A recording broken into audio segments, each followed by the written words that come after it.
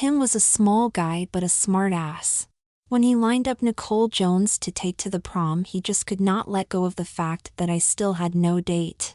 I did, but Olive Gum, the girl I had lined up, ditched me only a week out.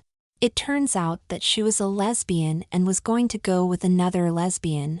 Why would I care about that? It would be a bummer anyway.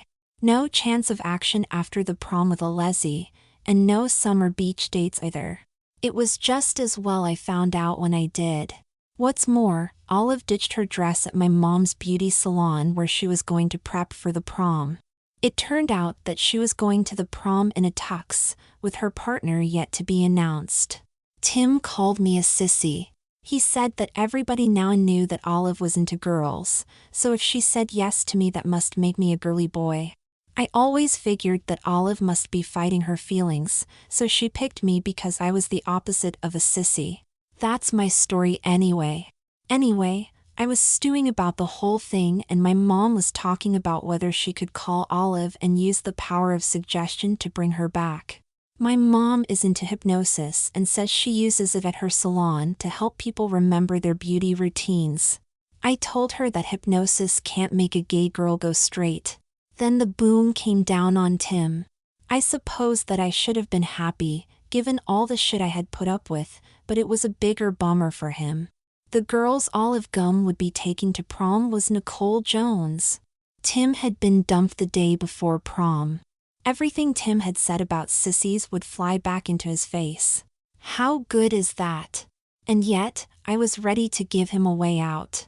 I had an idea that give him a date, make a point to Olive and Nicole, and maybe even allow Tim to lay low so that nobody could give him a hard time. That idea would need my mom's help and would put Olive's dress to good use. Basically, Tim was hiding out when I called him. "Just a minute," he said. "You want me to deflect being called a sissy by becoming one? You don't understand what my mom can do, Tim," I said.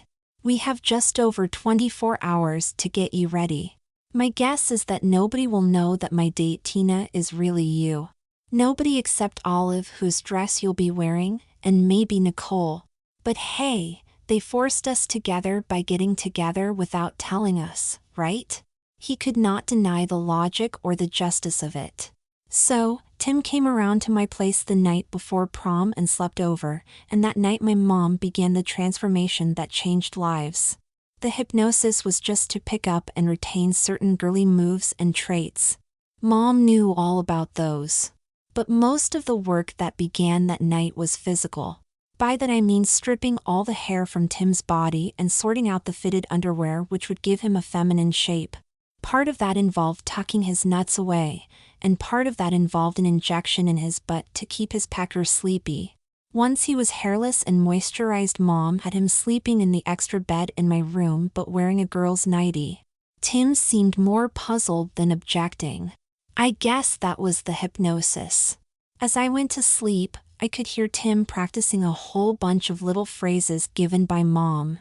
I think that continued even while he, or she, was asleep. Maybe that was the hypnosis too. Then on prom day, Mom came up to wake us, me and Tina.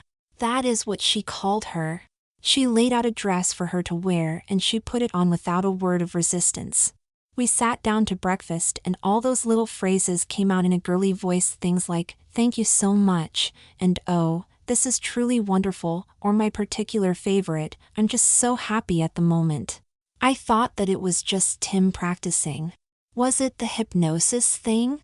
Mom took Tina to the salon and she stayed there all day. She had to have her dress fitted and have her hair and makeup done no more than 2 hours, I would guess. But Tina was there the whole day, helping out, and just being a girl, I guess. Apparently, lots of girls from school came and went and nobody spotted Tim. Probably because he was not really there, Tina was. So I really met Tina when she came home. I was upstairs getting ready and Mom and Tina got back just before we were to go.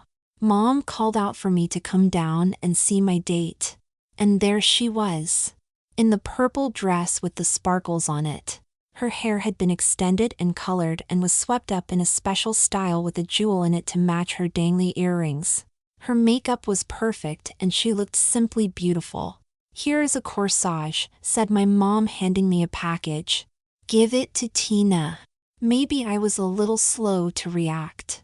I fumbled a bit. As I said, she was beautiful. She made Olive look like an olive, a dried one. She took it from me. She squeaked, "Thank you so much." "Oh, this is truly wonderful. I'm just so happy at the moment." And then in my ear she whispered, "I am so looking forward to being your date." But those words did not seem to be in Tina's voice. Was Tim talking to me? Mom took the photo as I kissed my date. It should have been our only kiss, but I think that we both knew that it wouldn't be. I was so proud when I walked in. Everybody stared at the girl on my arm. We were right, only Olive knew something was amiss when she saw the dress, and then she realized. I am sure Nicole did not know, but I think Olive probably told her to stop her ogling Tina. Lesbians can ogle, I discovered. They didn't tell anyone. I am not sure anybody would have believed it. Tina was so clearly all woman. We danced close. We kissed. It seemed so natural. She was Tina. At the end of the night she came back to my place. It had been arranged. She came back to my bedroom. I guess that was arranged too. And into my bed, whether arranged or not. She was smooth and soft and she smelled of spices. Sure, my girlfriend has a little sissy dicklet and no real tits to speak of, but who knows what the future holds. We plan to stay together, and she does want to wear a bikini over summer, so some further changes may be needed.